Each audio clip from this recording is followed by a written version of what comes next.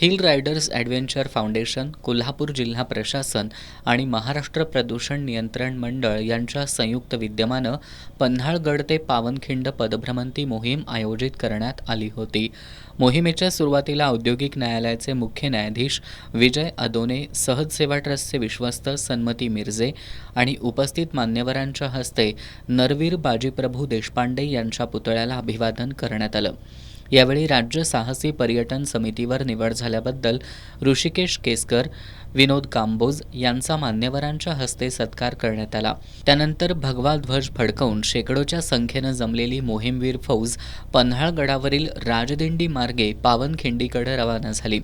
यावेळी जय भवानी जय शिवाजी या जयघोषानं मोहिमेचा मार्ग दुमदुमून गेला होता.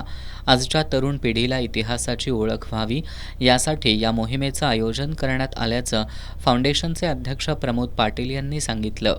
तर लोकांच्या मनामध्ये 100% येते की आपण आता काहीतरी केलं पाहिजे, गडकोट्यांसाठी केलं पाहिजे, गेलं पाहिजे. आणि खरं शिवाजी महाराजांचा इथं आल्यावर कळतो, डोंगर दऱ्यात हिंडल्यानंतरच कळतं आपले मावळे कसे होते, स्वराज्य कसं निर्मिती झाली.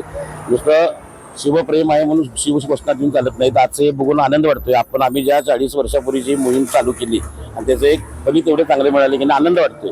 यातूनच आता आमच्यावर येणारे अनेक आमचे मंडळी माझे सहकारी होते, त्या अजून त्यातून अनेक ग्रुप झालेले आहेत. ते पण आनंद वाटते. त्या ग्रुप चालू आहे, सगळं व्यवस्थित चालू आहे. वाढलं पाहिजे.